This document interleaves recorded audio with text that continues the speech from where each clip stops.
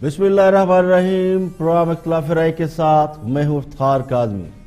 سابق وزیر اعظم نواز شریف کی رہائی سے متعلق اسلام آباد ہائی کورٹ کے فوری اقدامات، جمعے کے روز میاں صاحب کی درخواست ضمانت کی سماعت کا فیصلہ۔ اسلام آباد ہائی کورٹ نے سروسز ہاسپٹل کے ایم ایس کو نواز شریف کی میڈیکل رپورٹ سمیت ذاتی حیثیت میں طلب کر لیا ہے، جبکہ وفاقی سیکرٹری اور دیگر حکام کو بھی عدالت نے طلب کیا ہے۔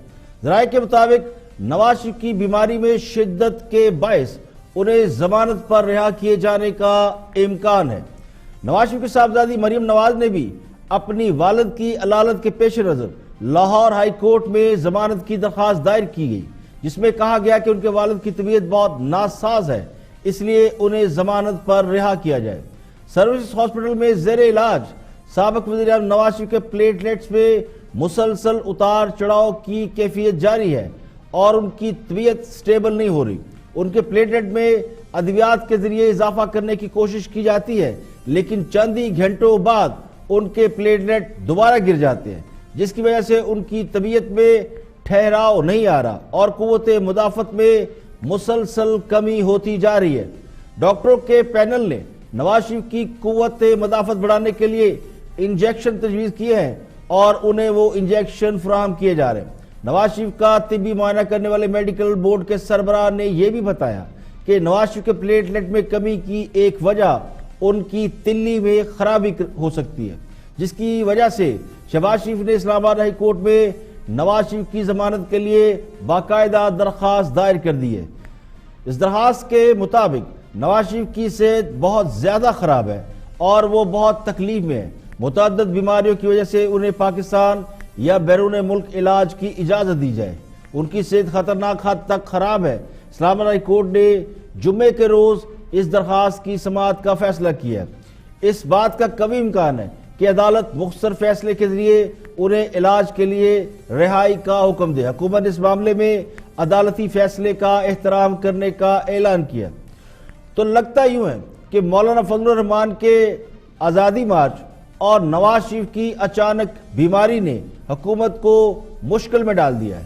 نواز شریف کی بیماری کا مذاق اڑاتے اور غیر سنجیدگی کا مظاہرہ کر کے نواز شریف کو اس حد تک بیمار کر دیا ہے کہ اب ان کی جان کے لالے پڑے ہوئے ہیں اور حکومت اب نواز شریف کی بیماری کا مزید بوجھ نہیں اٹھا پا رہی۔ بدھ کی رات مریم نواز کو کوٹ لکھپت جیل سے لا کر ان کے والد سے ان کی ملاقات کرائی گئی۔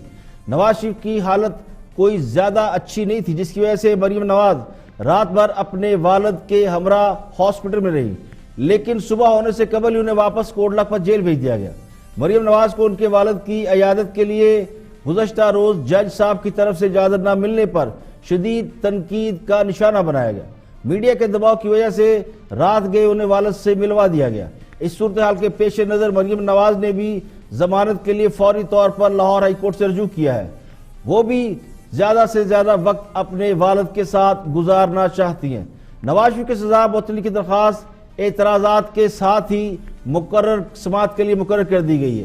جسٹس عامر فاروق اور جسٹس محسن اختر پر مشتمل اسپیشل بینچ کیس کی سماعت کرے گا۔ نواز شریف کی صحت کے حوالے سے بلاول بھٹو نے بھی بہت اہم سوال اٹھائے ہیں اور انہوں نے نواز شریف کی خرابی صحت میں ایک اہم شخصیت کو ذمہ دار قرار دیا ہے۔ اس وقت ہم سب کو میاں صاحب کی صحت کے لیے دعا کرنا چاہیے اور اس قسم کی سیاست نہیں کھیلنا چاہیے۔ آپ کو یاد ہوگا کہ جب کلثوم نواز صاحبہ کے لیے اس سیاست اس کے صحت پہ کھیلا جا رہا تھا اور پھر جو سیاسی مخالفین بھی تھے جو غلط سیاست کر رہے تھے ان کو بھی اپنے بات کو درست کرنا پڑا، تو اس وقت بھی ہمیں صرف اور صرف اپنے، چاہے وہ ہمارے سیاسی مخالفین بھی ہو، لیکن ہمیں ان کا صحت کے لیے دعا گو ہونا چاہیے۔ سب نے دیکھا کس طریقے سے ہمارا چیئرمین نیب کو چلایا جا رہا ہے۔ اس نے ایک دن ایک انٹرویو دیا، دوسرا دن ایک ویڈیو نکلا اور تیسرا دن وہ ایک کھلونا کی طرح ہمارا حکومت کے ہاتھوں میں کھیل رہا ہے۔ تو میرے خیال میں بہتر ہوگا چیئرمین نیب کے لیے کہ وہ کم از کم سیاسی بیانات دے۔ Mia Mohammed Nawaz Sharif is at death's door today. He was in NAB's custody for the last 13 days because NAB had arrested him from prison. تو میں پوچھنا چاہوں گا اس غیر سیاسی آزاد انسانی حقوق کا تحفظ کرنے والے نیب چیئرمین سے کہ یہ کیسے ہوا ہے کہ سابق وزیر اعظم نواز شریف آپ کا کسٹڈی میں اس کا صحت اس نہج تک پہنچا ہے, اس کا جان کے ساتھ آپ کیسے کھیل رہے تھے. اور خدا نہ خواستہ اگر صدر زرداری صاحب کے ساتھ کچھ ہوتا ہے اور یا سابق وزیر اعظم میاں محمد نواز شریف صاحب کے ساتھ کچھ ہوتا ہے, حکومت کے خلاف تو کچھ ایف آئی آر درج ہوگا ہی ہوگا, لیکن کیا وہ ذمہ داری اسی چیئرمین نیب پہ بھی نہیں آئے گی؟ پروگرام میں اور بھی ہم موضوعات شامل ہیں, دیکھتے ہیں ہائی لائٹ. آپ قانون کے دائرے میں فرض کریں, قانون کے دائرے میں رہ کے, تو سیکشن 144 اسلام آباد میں لگی ہوئی ہے. تو قانون کے دائرے کا مطلب یہ ہے کہ 5 سے زیادہ افراد نہ آئیں, ایک ساتھ جمع نہ ہوں. تو قانون تو یہ کہتا ہے. اب اس سے زیادہ آئیں گے تو قانون پہ عمل کروانا آپ کی مرضی ہے, آپ کروائیں یا نہ کروائیں. لیکن قانون کے تحت جو ہے وہ 5 سے زیادہ افراد اسلام آباد میں داخلے پر پابندی ہوگی. یہ جو ہے نا باہر جانے کے حوالے سے یہ فیصلہ میاں نواز شریف اکیلے کریں گے. وہ مجاز ہیں. پرائم منسٹر ہونے کا یہ مطلب نہیں ہے کہ آپ اقامے رکھیں. اچھے بچے ہیں, روشن دماغ ہے, انہوں نے بزنس کیا, آپ کو جلتے ہیں بھائی. 900 کروڑ انہوں نے کمایا محنت سے. پاکستانی نہیں کہتے ہیں تو پیسہ مل رہا ہے. اچھے بچے ہیں اس ملک کے وزیر اعظم کے کہتے ہیں جی ہم تو پاکستانی نہیں ہیں. ہے لمبی ڈیبیٹ ہو جائے گی. میں آپ کو دعوت دیتا ہوں, میں خدا کو گواہ بناتا ہوں, وہ تسلیم کرتے ہیں کہ ہم نے لایا ہے. اچھا اس کے ہم خلاف ہیں. تو سارے مانتے ہیں لایا ہے, تو لایا ہے, اس کے ہم خلاف ہے. الیکشن میں اس پہ تو کوئی اعتراض یعنی آپ لائے نا, آپ لائے, لیکن مجھے ذبح کر کے مت لائے. آپ مجھے ذبح کرتے ہیں سیاسی طور پر, مجھے دیوار سے لگاتے ہیں سیاسی طور پر, مجھے بوٹوں کے ڈالتے ہیں. ہمیں کوئی ڈائریکشن مل جاتی ہیں کہ جی مولانا صاحب کو آپ نے لائیو نہیں لینا, ان سے بات نہیں کرنی. تو عمران خان صاحب نے فردوس عاشق اوان صاحب ان کے دائیں سائڈ پہ بیٹھی تھی, ان کی طرف دیکھا کہ جی ہمارے کی طرف سے تو کوئی ایسی کوئی قدغن لگی ہو. انہوں نے کہا جی بالکل میں آپ کی موجودگی میں یہ کہہ رہا ہوں کہ مولانا کو جو بھی کوریج ملنی چاہیے, جو پیمرا آرڈیننس ان کو الاؤ کرتا ہے, وہ بالکل ان کو کوریج دیں. بھی آ سکتی جی ہاں, ان کی ملاقات ہوئی آرمی چیف ہدایت کسی وقت بھی بندہ حاصل کر سکتا. تو army chief general Qamar Javed Bajwa صاحب نے بھی وہی بات کی ہے جو وہ کرتے ہوتے ہیں کہ آئین, کانسٹیٹیوشن اور ڈیموکریسی, میں ڈیموکریسی کو سپورٹ کرتا ہوں, بالکل اس میں کوئی شک نہیں ہے, اور آئین کے اندر رہتے ہوئے ہم اپنا کام کرتے ہیں. بھٹی صاحب نے یہ ان سے کہا کہ آپ نے مولانا کے بارے میں یہ بات کہی اس دن, ایک طرف آپ نے کمیٹی بنائی, پھر آپ نے کہا کہ اس اسمبلی میں یہ پہلی اسمبلی ہے جو کہ ڈیزل پہ نہیں چل رہی ہے. تو پہلے تو عمران خان نے کہا یہ بات تو فیکچوئل بات ہے, لیکن پھر جب مزید اصرار کیا گیا تو عمران خان نے کہا کہ میں نے نہ کسی کو گالی دی ہے, نہ کسی کی توہین کی ہے, میں نے ذرائع مذاق کی بات کہی تھی. اور سب سے پہلے کچھ عام خبریں آپ کے ساتھ شیئر کرتے ہیں. پاکستان کے لیے ایک اور اچھی خبر, ورلڈ بینک نے پاکستان کو کاروبار کے لیے آسانیاں فراہم کرنے والے 10 سرفہرست ممالک میں شامل کر لیے. ورلڈ بینک گروپ کی ڈوئنگ بزنس 2020 اسٹڈی رپورٹ جاری کر دی گئی ہے, جس کے مطابق پاکستان کاروباری ماحول بہتر کرنے والے 10 ٹاپ کنٹریز میں شامل ہو گیا. 6 ریگولیٹری اصلاحات کے نفاذ سے پاکستان کی عالمی رینکنگ میں 28 درجے بہتری آئی ہے. وزیر عمران خان کا اس حوالے سے کہنا ہے کہ پاکستان نے عالمی بینک کی EODB رینکنگ میں اپنی تاریخ کی سب سے بڑی اور اچھی ریٹنگ حاصل کی ہے. گزشتہ ایک دہائی کے دوران پاکستان کی درجہ بندی میں 50 نمبروں کی کمی واقع ہوئی, جس سے 2020 کے اختتام سے قبل پاکستان سرمایہ کاری کے لیے ایک بہترین ملک بن رہا ہے. اور کرتار پر راہداری کھولنے کے لیے پاکستان اور بھارت کے درمیان تاریخی معاہدے پر دستخط ہو گئے. دفتر خارجہ کے ترجمان ڈاکٹر فیصل نے پاکستان کی طرف سے معاہدے پر دستخط کیے, جبکہ بھارت کی جانب سے بھارتی وزارت امور خارجہ کے جوائنٹ سیکرٹری اور مذاکراتی ٹیم کے سربراہ SCL داس نے معاہدے پر دستخط کیے. ترجمان دفتر خارجہ کے مطابق یہ معاہدہ دین اسلام کی دیگر مذاہب کے لیے احترام کی پالیسی کا مرہز ہے. اسلام آباد کے پیمز ہاسپٹل میں سابق صدر آصف علی زرداری کا علاج جاری. ڈاکٹروں نے گزشتہ روز لیے گئے ٹیسٹ کے نتائج کو تسلی بخش قرار دے دیا. ہاسپٹل ذرائع کے مطابق آصف علی زرداری کا پیمز ہاسپٹل کے کارڈیک وارڈ میں علاج جاری ہے. پیمز کے 4 رکنی میڈیکل بورڈ نے آصف زرداری کے ٹیسٹ کیے. ڈاکٹروں نے سابق صدر کے گزشتہ روز ہونے والے ٹیسٹوں پر اطمینان کا اظہار کیا. سابق صدر کا بلڈ ایکو ٹیسٹ کیا گیا. دل، شوگر، مہروں جیسے مسائل میں آصف علی زرداری مبتلا ہے. ذرائع کے مطابق ان کے مزید ٹیسٹ لیے جائیں گے. اور سب سے پہلے بات کریں گے وزیر اعظم سے کل صحافیوں نے ملاقات کی. اسلام آباد میں مختلف اینکر جرنلسٹوں کی وزیر اعظم سے ملاقات ہوئی اور انہیں اپنے خیالات کا اظہار کیا. مولانا کے آزادی مارچ اور دیگر معاملات کے اوپر انہوں نے اپنا ویو پوائنٹ دیا. واچ شہزاد اقبال. بھٹی صاحب نے یہ ان سے کہا کہ آپ نے مولانا کے بارے میں یہ بات کہی اس دن. ایک طرف آپ نے کمیٹی بنائی, پھر آپ نے کہا کہ اس اسمبلی میں یہ پہلی اسمبلی ہے جو کہ ڈیزل پہ نہیں چل رہی ہے. تو پہلے تو عمران خان نے کہا یہ بات تو فیکچول بات ہے, لیکن پھر جب مزید اصرار کیا گیا تو عمران خان نے کہا کہ میں نے نہ کسی کو گالی دی ہے, نہ کسی کی توہین کی ہے, میں نے ذرائع مذاق یہ بات کہی تھی, اس کو اتنا بڑا بنا دیا گیا ہے. کسی قسم کی گالی مولانا فضل الرحمان کو نہیں دی گئی ہے. لیکن یہ آج بڑی امپورٹنٹ بات ہوئی ہے شاہزیب. آج یہ پوچھا گیا کہ آپ کو لگتا ہے کہ اس کے پیچھے کوئی ہاتھ ہے, کوئی سپورٹ کر رہا ہے اس دھرنے کو. تو اس پر عمران خان نے بڑا دو ٹوک کہا. انہوں نے کہا کہ مجھے لگتا ہے کہ 100% یہ بائی ڈیزائن ہو رہا ہے, بیرونی ہاتھ ہے اس میں جو کہ مولانا کو سپورٹ کر رہا ہے. اور جب ان سے مزید پوچھا گیا کہ کیا آپ یہ انفارمیشن کی بنیاد پہ کہہ رہے ہیں, کیونکہ ظاہر سی بات ہے ملک کے وزیر اعظم ہے, اگر وہ یہ کہتے ہیں کہ کوئی بیرونی سازش ہے, کوئی بیرونی قوت سپورٹ کر رہی ہے مولانا فضل الرحمان کو, تو یہ انفارمیشن پر ہی ہوگا. لیکن عمران خان نے کہا کہ میرے پاس انفارمیشن کوئی نہیں ہے, لیکن اگر آپ اس وقت کے حالات دیکھیں اور اس کی ٹائمنگ دیکھیں تو اس سے آپ یہ اندازہ لگا سکتے ہیں, یعنی کہ ان کا ایک گیس ورک ہے کہ آپ اندازہ لگا سکتے ہیں کہ مولانا جس ٹائم پر یہ احتجاج کر رہے ہیں اس کی وجہ سے پاکستانی میڈیا پہ, لوکل میڈیا پہ کشمیر کا ایشو پیچھے رہ گیا ہے. انڈین میڈیا پہلی مرتبہ عمران خان کہہ رہے ہیں کہ کسی رائٹ ونگ پارٹی کو یا کسی مذہبی پارٹی کو کوریج دے رہے ہیں, وہ بھی پازیٹیو کوریج دے رہے ہیں. وہ کہہ رہے ہیں کہ تاریخ میں کبھی ایسا ہوا نہیں ہے, انڈیا کو ایسا کبھی کرتے ہوئے دیکھا نہیں ہے, اور کشمیر کا ایشو جو ہے وہ پیچھے چلا گیا ہے. اور مولانا فضل الرحمان اس وقت احتجاج کرنے آ رہے ہیں بغیر کسی وارننگ کے یا بغیر کوئی تمام سٹیجز کو کراس کیے ہوئے, جیسے ہم نے تمام آپشنز کو ایگزاسٹ کیا تھا. تو وہ کہہ رہے ہیں کہ ان کا ایک گیس ورک ہے کہ ٹائمنگ کو دیکھتے ہوئے ایسا لگتا ہے کہ مولانا جو ہے وہ کسی سازش کے نتیجے میں یہاں پر آ رہے ہیں اور ان کو بیرونی سپورٹ حاصل ہے, لیکن انفارمیشن کی بنیاد پر یہ بات نہیں کر رہے ہیں. لیکن میں آپ کو بات بتاؤں ایک شاہزیب, کیونکہ آج سارا جو یہ ڈسکشن شروع ہوئی تھی تقریباً 35-40 منٹ تو کشمیر پہ بات ہوئی, تو پھر کسی نے سوال کیا کہ سر دھرنا ہے, دھرنا کچھ دنوں میں ہونے والا ہے, حکومت کیسے ڈیل کرے گی, اس پہ ذرا بات کر لیتے ہیں. تو عمران خان اس ایشو پر آئے, ادروائز اتنا زیادہ کنسرن نہیں لگ رہے تھے. ابھی تک حکومت کی اسٹریٹجی کیا ہے یہ بھی ہمیں نہیں پتا, اور خود بھی وہ کنسرن نہیں لگ رہے تھے. انفیکٹ ایک موقع پہ یہ سوال ان سے ہوا کہ کیا آپ استعفیٰ دیں گے, تو پہلا جواب عمران خان کا یہ تھا ہاں میں کنسیڈر کر رہا ہوں استعفے کو. لیکن پھر اگلا جملہ ان کا یہ تھا کہ اس کو رپورٹ نہ کیجیے گا, میں مذاق میں کہہ رہا ہوں, ایسا کوئی میرا ارادہ نہیں ہے, میں استعفیٰ دینے نہیں جا رہا ہوں. تو بڑے مذاق کے انداز میں بھی انہوں نے 2-3 باتیں کہی آج.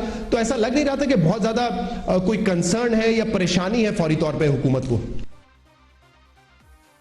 خان صاحب سے بہتر کوئی نہیں جانتا کہ دھرنے اور لانگ مارچ کیسے ہوتے ہیں, جو خود 126 دن دھرنا دینے کا اعزاز حاصل کر چکے ہوں اور حکومت وقت ان کے سامنے مفلوج ہو جائے, تو دھرنا دینے والوں اور دھرنے کو ڈیزائن کرنے والوں کی طاقت کا اندازہ لگایا جا سکتا ہے. ہاں سب کو اگر یہ لگتا ہے کہ دھرنا ان کے خلاف سازش ہے تو یہ بات بھی وہ ٹھیک کر رہے ہیں, کیونکہ دھرنے کے پیچھے کسی سازش کا ہونا ناممکن نہیں ہے. یہ بات بھی وزیر اعظم سے بہتر کوئی نہیں سمجھ سکتا کہ دھرنا بائی ڈیزائن ہے یا اس کے پیچھے کوئی اور ذہن کار فرما ہے. ہاں صاحب کو دھرنے کے حوالے سے جتنے شبہات ہیں وہ دراصل ان کے اپنے تجربے کا نچوڑ ہیں. انہیں دھرنے کی ٹائمنگ کے حوالے سے جو بھی شکوک ہیں میرے نزدیک وہ بالکل ٹھیک ہے, لیکن میں یہ نہیں مانتا کہ انہیں اس حوالے سے مکمل انفارمیشن نہیں ہے. میرا گمان یہ ہے, بلکہ گمان نہیں یقین ہے, کہ وزیر اعظم کو دھرنے کی ٹائمنگ کا بھی علم ہے کہ کیوں دھرنا ہو رہا ہے اور اس کی ٹائمنگ کیا ہے, اور یہ بھی معلوم ہے کہ اس دھرنے کے ایکچول مقاصد کیا ہے. مولانا فضل الرحمان کو اگر کسی کی سپورٹ حاصل ہے تو وہ کون ہے, لیکن مسئلہ یہ ہے ہاں صاحب اس کا کھلے بندوں اظہار نہیں کر سکتے, کیونکہ جو کل خان صاحب نے کہا تھا اور جن کے خلاف کہا تھا کل وہ مجبور تھے, وہ زبان نہیں ہلا سکتے تھے, وہ نہیں بولتے تھے. آج خود خان صاحب کی وہی پوزیشن ہے. آج خود خان صاحب کے خلاف آزادی مارچ ہو رہا ہے, یا اگر اس سے بھی آگے جائیں تو شاید دھرنا ہو رہا ہے. تو پھر خان صاحب میرے نزدیک پورا سچ نہیں بول رہے, کیونکہ پورا سچ بہت تلخ ہے, بہت کڑوا ہے. خان صاحب کے خدشات جو انہوں نے صحافیوں سے ملاقات میں ظاہر کیے وہ بے بنیاد نہیں ہیں، کیونکہ خود خان صاحب ایک طویل دھرنا دے چکے ہیں اور انہیں پتہ ہے کہ دھرنے کیسے ہوتے ہیں، لیکن وزیر اعظم کے پاس پوری انفارمیشن نہیں ہے۔ اس حوالے سے میرا خیال ہے کہ وہ سچ نہیں بول رہے۔ یہاں پہ لیں گے ایک بریک، اور بریک کے بعد جب واپس آئیں گے اور بھی عام خبریں آپ سے شیئر کریں گے۔ سانحہ ساہیوال کے حوالے سے ایک اہم فیصلہ آج عدالت نے سنایا، اس پر ہی بات کریں گے ایک بریک کے بعد۔ ویلکم بیک، آپ دیکھ رہے ہیں پروگرام اختلاف رائے اور میں افتخار کاظمی۔ آگے بڑھتے ہیں اور بات کرتے ہیں ہمارے کچھ دوستوں کی۔ ان کے پاس کبھی کبھی خبریں ہوتی ہیں اور کبھی کبھی کچھ اور ہوتا ہے، لیکن ایک بڑی اہم بات انہوں نے کی ہے، اس کو ضرور اس پہ ڈسکس ہونی چاہیے۔ دیکھتے ہیں کیا فرماتے ہیں ہمارے دوست۔ بھی آ سکتی جی ہاں، ان کی ملاقات ہوئی آرمی چیف ہدایت کسی وقت بھی بندہ حاصل کر سکتا۔ تو army chief general Qamar Javed Bajwa صاحب نے بھی وہی بات کی ہے جو وہ کرتے ہوتے ہیں کہ آئین، کانسٹیٹیوشن اور ڈیموکریسی، میں ڈیموکریسی کو سپورٹ کرتا ہوں، بالکل اس میں کوئی شک نہیں ہے، اور آئین کے اندر رہتے ہوئے ہم اپنا کام کرتے ہیں، آئین سے باہر کبھی نہیں نکلے، کانسٹیٹیوشن سے باہر کبھی نہیں نکلے، جو کانسٹیٹیوشن نے رول دیا ہے اس کے مطابق ہم کام کرتے ہیں۔ لیکن انہوں نے یہ ضرور کہا کہ آپ بھی ایک ذمہ دار پولیٹیکل لیڈر ہیں، تو آپ کو بھی چاہیے کہ اس وقت خطے کی صورتحال دیکھیں کیا ہے، افغانستان کی صورتحال دیکھیں، کشمیر ایسٹرن بارڈر کو دیکھیں، دونوں بارڈر ہمارے اس وقت تپے ہوئے ہیں، ایران سعودی عرب کا تنازع دیکھیں، یہ ساری چیزیں جب دیکھیں تو اس کے بعد یہ فیصلہ کریں کہ یہ وقت مناسب ہے احتجاج کا۔ تو یہ گفتگو ہی مولانا فضل الرحمان صاحب بڑی ہوئی ہے۔ تو مولانا فضل الرحمان صاحب کو انہوں نے کہہ دیا ہے کہ ہم نے بڑی مشکل سے ملک کو ٹریک پر ڈالا ہے، جی بہت بڑی ہرکولین ایفرٹ کی ہے پوری دنیا میں اور پاکستان کے اندر اور باہر، اور وی ہیو براٹ پیس اور وی وانٹ اسٹیبلٹی، اور now we are working on economic activity کہ ملک جو ہے جی ہاں آگے جائے۔ تو ان حالات میں کسی قسم کی D stabilisation is not acceptable. تو آپ یہ مہربانی کریں قوم کے اور اس کو ہجان میں، بے یقینی میں، مارا ماری میں، افراتفری میں تبدیل نہ کریں ماحول کو۔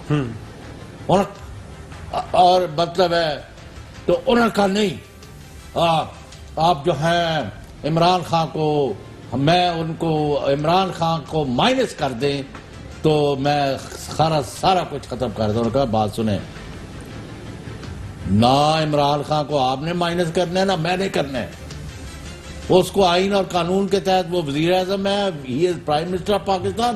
اگر آپ اس کام پر چلو گے تو بہت کچھ مائنس ہو جائے گا، کچھ بھی نہیں بچے گا۔ اور ہم نے ملک کو تحفظ کرنا ہے اس کا اندرونی اور بیرونی دشمنوں کے خلاف، اور جتنی طاقت کا استعمال کرنا پڑا یا کوئی بندے مر بھی گئے تو دین کوئی چیز nothing will be left to chance۔ Army chief جناب قمر جاوید باجوہ سے مولانا فضل الرحمان کی ملاقات کب ہوئی، کہاں ہوئی، اس کا نہ تو کوئی باقاعدہ اعلامیہ سامنے آیا ہے اور نہ اس پر کسی فریق نے کوئی بات کی ہے، نہ کوئی ریئیکشن سامنے آیا ہے۔ یہ بات آن ریکارڈ نہیں ہے، میڈیا میں یہ بات کم از کم میرے علم میں نہیں ہے کہ یہ ملاقات ہوئی ہے۔ چلے اب یہ مان بھی لیا جائے کہ باجوہ صاحب سے مولانا فضل الرحمان کی ملاقات ہوئی ہے اور اس حوالے سے میڈیا پر کچھ رپورٹ نہیں ہوا، لیکن جو بتایا جا رہا ہے اس سے یہ تاثر مل رہا ہے کہ فوج نے مولانا کو آزادی مارچ یا دھرنا سے پیدا ہونے والے خطرات سے آگاہ کرنے کی کوشش کی ہے، اور مولانا فضل الرحمان نے ان کی یہ بات مانی نہیں۔ اب مجھے نہیں معلوم کہ ملاقات کے حوالے سے جو تفصیلات ہمارے یہ دوست فراہم کر رہے ہیں ان میں کتنے حقائق ہیں اور مبالغہ آرائی کتنی ہے۔ ہو سکتا ہے ملاقات ہوئی ہو، لیکن ملاقات میں کیا گفت و شنید ہوئی ہو، مجھے تو اس میں بہت حد تک مبالغہ آرائی لگتی ہے۔ لیکن اگر اسے مکمل سچ مان لیا جائے، ویسے ادھورا سچ نہیں ہے لیکن پھر بھی اسے اگر مکمل سچ مان لیا جائے تو بین السطور میں یہ کہا جا رہا ہے کہ اگر مولانا فضل الرحمان نے دھرنا دیا یا حالات خراب کیے یا جو وہ مطالبات کر رہے ہیں اس کے نتیجے میں جمہوریت کی بساط لپیٹی جا سکتی ہے۔ تو لگتا یوں ہے کہ ملاقات کی تفصیلات کا اس طرح سے ریویل کرنے کا مقصد جمہوری قوتوں کو خوف زدہ کرنا ہے، اور مولانا فضل الرحمان سے انہیں بدظن کرنا ہے، کیونکہ اگر مولانا نے اس ملاقات کے حوالے سے جو باقی سٹیک ہولڈر ہیں، جن مسلم لیگ نون ہے، پیپل پارٹی ہے، ANP ہے، اگر ان میں سے کسی جماعت کو اعتماد میں نہیں لیا تو پھر ان میں ڈسٹنس پیدا ہو سکتا ہے یا ڈسٹنس پیدا کیا جا سکتا ہے۔ تو ایک تاثر جو پہلے سے موجود تھا کہ اگر مقتدر حلقے درمیان میں آئے تو پھر مولانا فضل الرحمان اسلام آباد کی طرف مارچ نہیں کر سکیں گے، لیکن وہ تاثر بھی مجھے اس ملاقات کے نتیجہ خیز نہ ہونے کی وجہ سے اب بالکل زائل ہوتا نظر آتا ہے۔ آگے بڑھتے ہیں اور رپورٹ کارڈ میں گفتگو کریں سینئر جرنلسٹ ہیں مظہر عباس۔ حکومت نے اپوزیشن کو آزادی مارچ کے لیے مشروط اجازت دی ہے اور اس کے بعد بھی مذاکراتی کمیٹی اپوزیشن سے معاملات طے کرے گی، اور حکومت نے کہا کہ اگر اپوزیشن آئین اور قانون کے اندر رہتے ہوئے مارچ کرنا چاہے تو ان کو مارچ کی اجازت ہے۔ تو آئین اور قانون کی تشریح کر رہے ہیں مظہر عباس۔ آپ قانون کے دائرے میں فرض کریں، قانون کے دائرے میں رہ کے، تو سیکشن 144 اسلام آباد میں لگی ہوئی ہے، تو قانون کے دائرے کا مطلب یہ ہے کہ 5 سے زیادہ افراد نہ آئیں، ایک ساتھ جمع نہ ہوں، تو قانون تو یہ کہتا ہے۔ اب اس سے زیادہ آئیں گے تو قانون پہ عمل کروانا آپ کی مرضی ہے، آپ کروائیں یا نہ کروائیں، لیکن قانون کے تحت جو ہے وہ 5 سے زیادہ افراد اسلام آباد میں داخلے پر پابندی ہوگی ادھر جمع ہونے پہ، جو سیکشن 144 ہے، اور اس کا آپ کسی طریقے سے بھی استعمال کر سکتے ہیں۔ پھر کیا آپ اس دن سارے کنٹینرز ہٹا لیں گے؟ اگر انہوں نے کہا جی ہم تو، وہ دونوں طرف یہ کہہ رہے ہیں کہ جی ہم قانون کو ہاتھ میں نہیں لیں گے، وہ بھی یہی کہہ رہے ہیں، آپ بھی یہ کہہ رہے ہیں، تو یہ میرا خیال ایک سیاسی بیان ہے حکومت کا کہ آئین اور قانون کے دائرے میں رہ کے اگر مارچ کریں گے تو اجازت دی جائے گی۔ تو یہ میرا خیال ایک پولیٹیکل اسٹیٹمنٹ ہے، لگ یہی رہا ہے کہ روکیں گے، اٹک کا برج ہو یا سندھ پنجاب بارڈر ہو یا بلوچستان والی صورتحال ہو، اور یا اسلام آباد کو پورا کارڈن آف کریں گے، تو یہ تو پلاننگ ہے اور یہ ہوگا۔ اب اس کے بعد اس کے دوران کوئی نیگوسیشنز ہوتی ہیں، نیگوسیشنز بھی سن لیں آپ، یہ پہلی مرتبہ دیکھا گیا ہے کہ گورنمنٹ اس طرح نیگوشیٹ کر رہی ہے کہ جی وہ جوائنٹ اپوزیشن تو اپنی جگہ ہے، وہ ہر سیاسی جماعت سے علیحدہ ملاقات کی جائے گی۔ اب اگر ان کی رہبر کمیٹی ہے اور انہوں مذاکرات میں آپ سنجیدہ ہیں تو رہبر کمیٹی کو انوائٹ کر لیں، اور رہبر کمیٹی جو ہے وہ اپنا ایک جو بھی ڈیلیگیشن ہوگا تاکہ آپ کو یہ پرابلم نہیں ہو۔ تو لگتا یہ ہے کہ وہ اپوزیشن کے اندر جو پرابلمز ہیں اس سے غالباً گورنمنٹ کی کمیٹی فائدہ اٹھانے چاہ رہی ہے۔ اب جو یہ 7 رکنی کمیٹی ہے، میں نے پہلے بھی یہ بات کی تھی، مجھے نہیں سمجھ میں آتا کہ اس کے اندر اسپیکر قومی اسمبلی اور چیئرمین سینٹ کیوں ہیں، کیونکہ یہ حکومت کی بنائی ہوئی، حکومت کی نامزد کردہ کمیٹی ہے، اور اسپیکر اور چیئرمین کا جو منصب ہے وہ اس کی اجازت نہیں دیتا کہ وہ گورنمنٹ اور اپوزیشن کے درمیان ایک سائٹ پہ بیٹھے ہوئے ہوں۔ وہ خود تو اسمبلی میں یا چیمبر میں بلا کے بات چیت کر سکتے ہیں یا انڈیویجولی جا سکتے ہیں، لیکن ایک سرکاری کمیٹی کا حصہ ہونے کی وجہ سے وہ اپنی غیر جانبداری کو، ان کی غیر جانبداری کوسچن ہو رہی ہے۔ تو مجھے لگتا نہیں ہے، میرا خیال ہے یہ سیاستی ہو رہی ہے، دونوں نے اپنی تیاریاں کی ہوئی ہیں اور ابھی تک مجھے کوئی بریک۔ اپوزیشن کو آزادی مارچ کی مشروط اجازت ملنے کے بعد بھی مبصرین کی رائے ہے کہ اس میں نیک نیتی کا فقدان ہے، اور حکومت نے بظاہر اپوزیشن سے کہا کہ وہ پریڈ گراؤنڈ میں جلسہ کر سکتی ہے، لیکن اپوزیشن نے حکومت کی پیشکش کا فی الحال کوئی جواب نہیں دیا کہ کیا وہ بھی حکومت کی اس مشروط پیشکش کو قبول کرتے ہیں یا نہیں کرتے۔ اب مولانا فضل الرحمان کا ارادہ ڈی چوک میں دھرنا دینے کا ہے، جس کا وہ پہلے سے اعلان کر چکے ہیں، اور ان کی تیاریاں بھی اس طرح کی ہیں کہ وہ جائیں گے اسلام آباد کے سینٹر پوائنٹ میں ڈی چوک میں دھرنا دیں گے یا وہاں جلسہ کریں گے۔ اب حکومتی مذاکراتی اور اپوزیشن کی ایک رہبر کمیٹی ہے، ان کے درمیان مذاکرات ہونے والے، جس کے بعد ہی پتہ چلے گا کہ اونٹ کس کروٹ بیٹھے گا۔ لیکن جو ایک بات سمجھ میں آ رہی ہے وہ یہ ہے کہ حکومت کو یہ باور کرا دیا گیا ہے، یا حکومت کو یہ بات سمجھ میں آ گئی ہے کہ آزادی مارچ کو روکنا ممکن نہیں رہا، اس میں خاصی تاخیر ہو چکی ہے، اور اب اس کا رخ ڈی چوک کی بجائے پریڈ گراؤنڈ کی طرف کس طرح موڑا جا سکتا ہے اس کے اوپر فوکس کر لیا گیا ہے۔ راولپنڈی میں 2-3 روز قبل JUI کے 2 رہنما گرفتار ہوئے تھے، جس کے بعد انہیں چھڑانے کے لیے اچانک ہزاروں لوگ تھانے کے باہر جمع ہوتے تھے، تھانے کا گھیراؤ کر لیا تھا، جس سے بات سمجھ میں آئی کہ کنٹینر لگانے سے بھی کوئی فائدہ نہیں ہوگا. کنٹینر لگانے سے تو آپ باہر سے آنے والے لوگوں کو روک سکتے ہیں, لیکن راولپنڈی اسلام آباد کے اندر کم از کم JUIFA کے 30-40 ہزار لوگ موجود ہیں. وہ تو اندر سے ایک بہت بڑا دھرنا ہو جائے گا, بہت بڑا مارچ شروع ہو جائے گا. اس لیے حکومت کو اب فیس سیونگ کے اوپر جو ہے فوکس کر لیا ہے. تو حکومت نے فیس سیونگ کرنے میں پہل کر دی ہے اور مشروط اجازت دینے کا اعلان کر دیا ہے. ورنہ حکومت اس بات کی تیاری کر چکی تھی کہ باہر سے آنے والوں کو اندر نہیں آنے دیں گے, گرفتاریاں ہوں گی.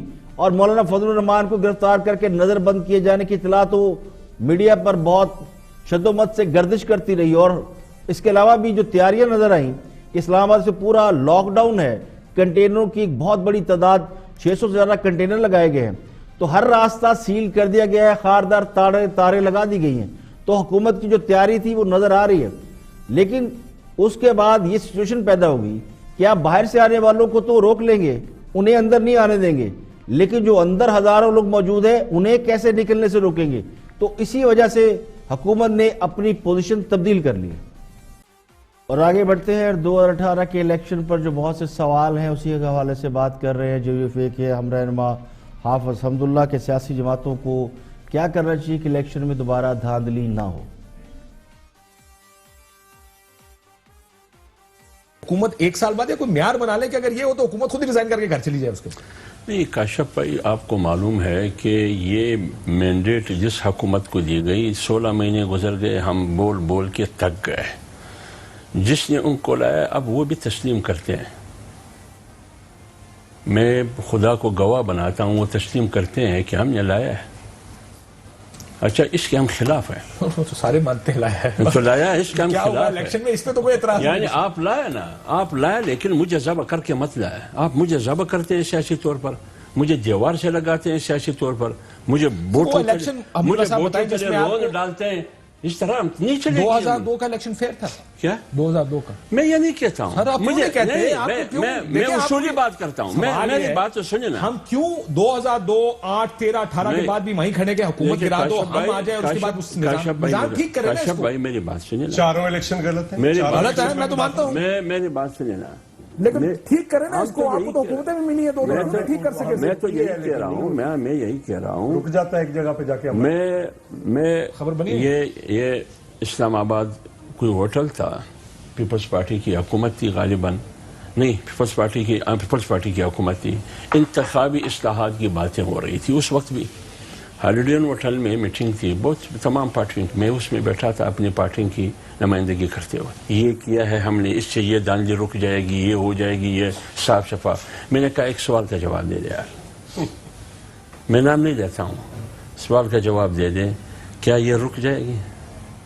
ایک دوسرے کو دیکھتے رہے. میں نے کہا دھاندلی ہوگی. جب تک پاکستان ہوگی اس ملک میں صاف اور شفاف انتخابات قطعاً نہیں ہو سکتا ہے. ہاں جب تک سیاسی پارٹیاں متحد نہیں ہوگی, سیاسی پارٹیوں کو متحد کرنا ہوگا, تمام ان چیزوں کو جس پر وہ مصلحت کرنے پہ مجبور ہوتے ہیں ان کو نظر انداز کرنا ہوگا, مصلحتانہ پالیسی کو ختم کرنا ہوگا. ایک ہی پوائنٹ پر تمام سیاسی قوتوں نے اکٹھے ہو کر کرنا ہے کہ ہم نے عوامی مینڈیٹ کو تسلیم کرنا ہے, عوام کو رائے کا حق دینا ہے, جس کو ووٹ دیا ان کو حکمرانی مبارک ہو. یہ سیاسی پارٹی. دیکھیں مسئلہ یہ نہیں ہے کہ سیاسی جماعتیں متحد ہو جائیں, کٹھی ہو جائیں, ایک دوسرے کا مینڈیٹ مان لیں تو معاملات بالکل ٹھیک ہو جائیں گے. چارٹر آف ڈیموکریسی میں بھی سیاسی جماعتیں متحد ہوئی تھی, تو اس کا نتیجہ کیا نکلا؟ ایک نئی پارٹی میدان میں اتار کر باقیوں کا تیا پانچا کر دیا گیا. تو کل کو اگر یہ ساری سیاسی جماعتیں پھر سے بیٹھ جاتی ہیں اور انتخابی اصلاحات پر بات کرتی ہیں, جو کہ ہر دور میں کرتی رہی ہیں, اگر یہ انتخابی اصلاحات کر بھی لیتی ہیں تو خدشہ یہ کہ کوئی اور ان پر مسلط کر دیا جائے گا, کیونکہ اصل جھگڑا کچھ اور ہے. اور اصل مسئلہ سپریمیسی کا ہے کہ بالادستی کن قوتوں کی ہونا چاہیے, جمہوری قوتوں کی یا غیر جمہوری قوتوں کی. اگر ملک جمہوری نظام کے تحت چلنا ہے اور لوگوں کا حق رائے دہی تسلیم کرنا ہے تو پھر جمہوری قوتوں کو ہی مضبوط کرنا چاہیے, نہ کہ ان پر بے سر و پا الزام لگا کر انہیں گندا کیا جائے. جب آپ سیاستدان کو چور, ڈاکو اور گندا ثابت کریں گے تو پھر جمہوری عمل کی حیثیت کیا رہ جائے گی؟ اور یہ کام صرف سیاسی جماعتیں نہیں کرتی بلکہ اور بہت سے عناصر اس کے اندر انوالو ہوتے ہیں، یہ سب کو معلوم ہے۔ جب ملک کی دو بڑی جماعتوں پر، جو کہ نیشنل لیول کی دو ہی بڑی جماعتیں تھیں، مسلم لیگ نون اور پیپل پارٹی وفاق کی جماعتیں کہلاتی ہیں، ان دو بڑی جماعتوں پر کرپشن کے چارج لگا کر انہیں سسٹم سے آپ زبردستی باہر دھکیل دیں گے اور پھر جمہوری نظام کو مصنوعی طریقے سے چلانے کی کوشش کریں گے، آرٹیفیشل طریقے سے لوگ اکٹھے کریں گے اور یہ نظام چلانے کی کوشش کریں گے، تو وہ نظام زیادہ دیر چل نہیں سکتا۔ اس کے خلاف لوگوں کے اندر بے چینی اور افراتفری پیدا ہو جاتی ہے، اور یہ بالکل فطری ہے، کیونکہ جو خود سے محنت کر کے نہیں آتے، جو لائے جاتے ہیں، وہ نہ محنت کرتے ہیں نہ ڈیلیور کر سکتے ہیں۔ تو یہ میرے نزدیک محض خام خیالی ہے۔ سیاسی جماعتیں بیٹھ تو جاتی ہے کہ ہم یہ کر لیں وہ کر لیں اور بڑا سسٹم ٹھیک ہو جائے گا، لیکن میں اس سے اتفاق نہیں کرتا، اور میں اس خیال سے بالکل اتفاق نہیں کرتا کہ سیاسی طاقتیں ایک ہو جائے تو نظام ٹھیک ہو سکتا ہے اور الیکشن ٹرانسپیرنٹ ہو سکتے ہیں۔ میرا گمان یہ ہے کہ جب تک سپریمیسی کا فیصلہ نہ ہو جائے، جب تک سپریمیسی کا جھگڑا ختم نہ ہو جائے، یہ معاملات اسی طرح چلتے رہیں گے۔ یہاں پہ لیں گے ایک بریک، اور بریک کے بعد جب واپس آئیں گے اور بھی اہم موضوعات آپ کے ساتھ شیئر کریں گے، ہمارے ساتھ رہیے۔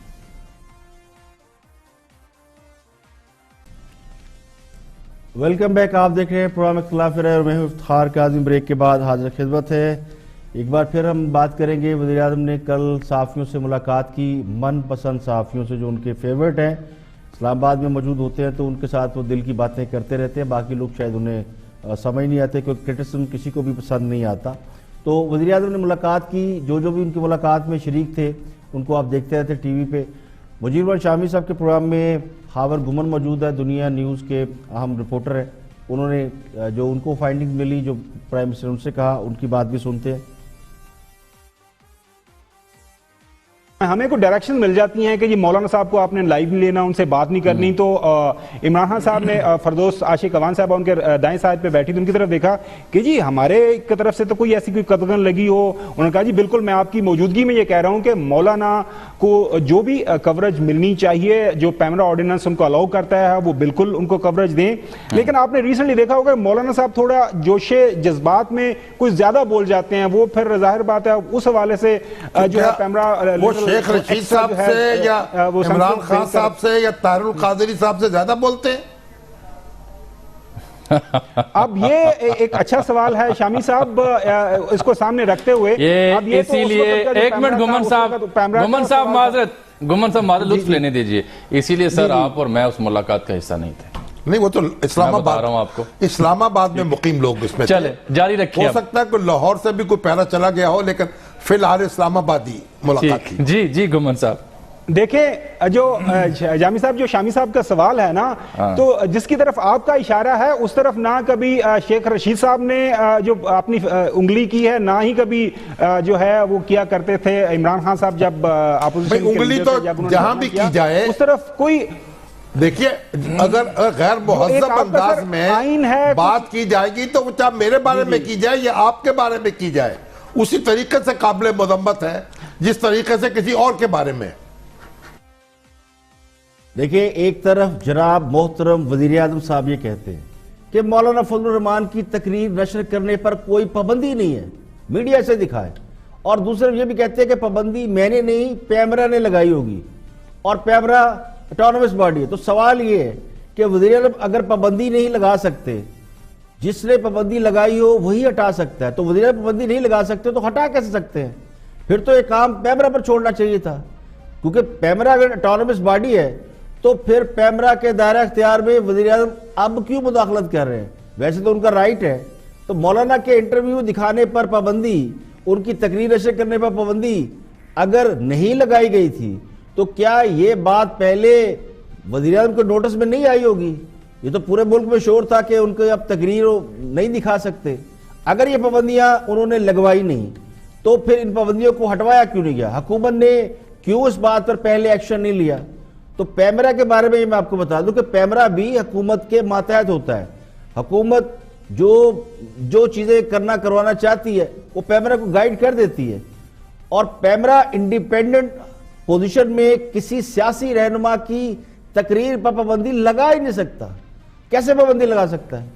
پیمرا آئین اور قانون کے مطابق اداروں کے خلاف بیانات نشر کرنے سے روک سکتا ہے. اس کے لیے میکانزم موجود ہے. تو چینل کے پاس ڈیلے سسٹم ہوتے ہیں. چینل سے کہا جاتا ہے کہ آپ اپنا ڈیلے سسٹم آن رکھیں، اور اگر کوئی ایسی بات جو کہ قانون اور آئین کے خلاف ہے اس کو آپ ایڈٹ کر دیں یا اسے نشر نہ ہونے دیں، تو یہ میکانزم آلموسٹ سبھی چینل کے پاس موجود ہے. یہ روکا جا سکتا ہے. وزیر اعظم یہ کہتے ہیں کہ انہوں نے کوئی حکم نہیں دیا، تو ان کی یہ بات مانی جا سکتی ہے. یہ کوئی بھی نہیں کہتا اور نہ کہنے کی جرت رکھے گا کہ خان صاحب نے حکم دیا تھا. اصل میں شاہ سے زیادہ شاہ کے وفاداروں کی کمی نہیں ہوتی، اور مصاحبین کو سب سے پہلے علم ہو جاتا ہے کہ صاحب کس بات سے خوش ہوں گے اور کس بات سے ناراض. تو بہت سے مصاحبین ایسے ہیں جنہیں پتہ چل جاتا ہے کہ صاحب کس بات سے خوش ہو رہے ہیں، تو وہ خود بخود یہ ایکٹ کر دیتے ہیں. تو مجھے نہیں پتا کہ کہاں پہ مصاحبین بیٹھے ہیں، کہاں پہ میرٹ پہ لوگ بیٹھے ہیں. اور جب صاحب اپنے مخالفین کو ڈیزل کے نام سے پکاریں گے تو پھر مصاحبین کو یہ بات سمجھ میں آ جاتی ہے کہ انہوں نے کرنا کیا.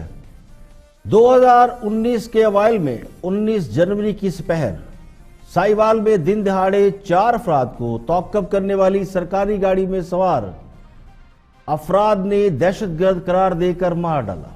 مرنے والوں میں 4 لوگ شامل تھے، جن میں ایک خاندان ایسا تھا جو اپنے عزیز و اقارب کے ہاں شادی کی تقریب میں شرکت کے لیے جا رہا تھا، اور دوسرا وہ تھا جو اس خاندان کا ہمسایہ تھا، فیملی فرینڈ تھا، جس نے اپنی محنت کے پیسوں سے گاڑی خریدی اور اپنے دوست کی فیملی کو چھوڑنے ساتھ چلا گیا. چاروں افراد کو پوری پلاننگ کے بعد موت کے گھاٹ اتارا گیا.